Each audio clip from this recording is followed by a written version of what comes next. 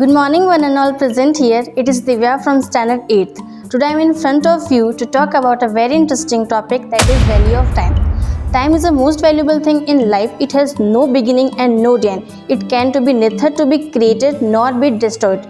Time is the only thing that never returns. Once you spending in doing anywhere, it always flow in forward direction, which means time is irreversible. So we should never waste the time. Most of us know that time cannot be brought again, but we still waste it doing unnecessary things or doing nothing. If we all to manage our time, then we make lists, prioritize tasks and set goals to achieve. Time is most valuable than money. Lost money can be earned again, but lost time cannot be. And nothing can stop the flow of time in our lives.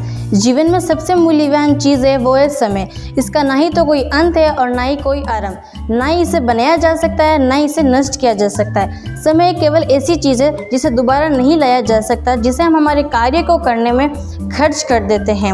हमसे ज़्यादातर लोगों को पता होगा कि समय को दोबारा नहीं खरीदा जा सकता है, लेकिन हम हमारे समय को बेफिजूल की चीज़ें और कुछ ना करके हम हमारे समय को बर्बाद करते हैं। ये हमेशा आगे की दिशा में प्रभाव करता है, जिसका अर्थ है कि समय रोज स्थिर है, इसलिए हमें हमारे समय को कभी बर्बाद नहीं करना चाहिए। यदि हम चाहते हैं कि हम हमारे समय का प्रबंध बनाएं, तो हमें सूची बनानी चाहिए, कार्य को प्राथमिकता देनी चाहिए और लक्ष्य प्राप्त करने को निर्धारित करना चाहिए।